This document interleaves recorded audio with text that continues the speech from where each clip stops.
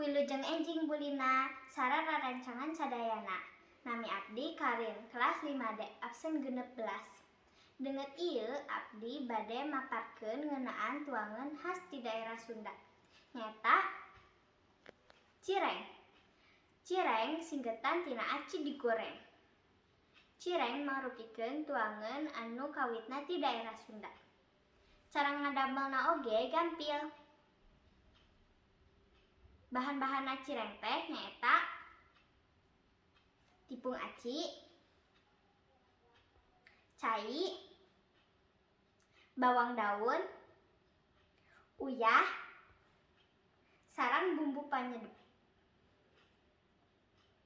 Ieu bahan-bahan sadayana diaduk janten adonan. Teras dicandak sakedik-sakedik, digepengkeun, teras digoreng nepi ka beukah. Biasana cireng ieu diical di tukang gorengan sareng gorengan nu sanesna. Cireng teh ayeuna mah tos seueur rupi-rupina. Contona aya nu dilebetan daging hayam, daging sapi, sosis, baso, sareng keju. Aya oge cireng nu dicocol rupi-rupi bumbu.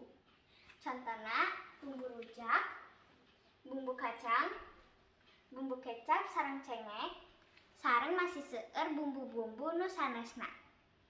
Cireng teh kaasupna tuangan anu pangaosna mirah sareng rasana raos.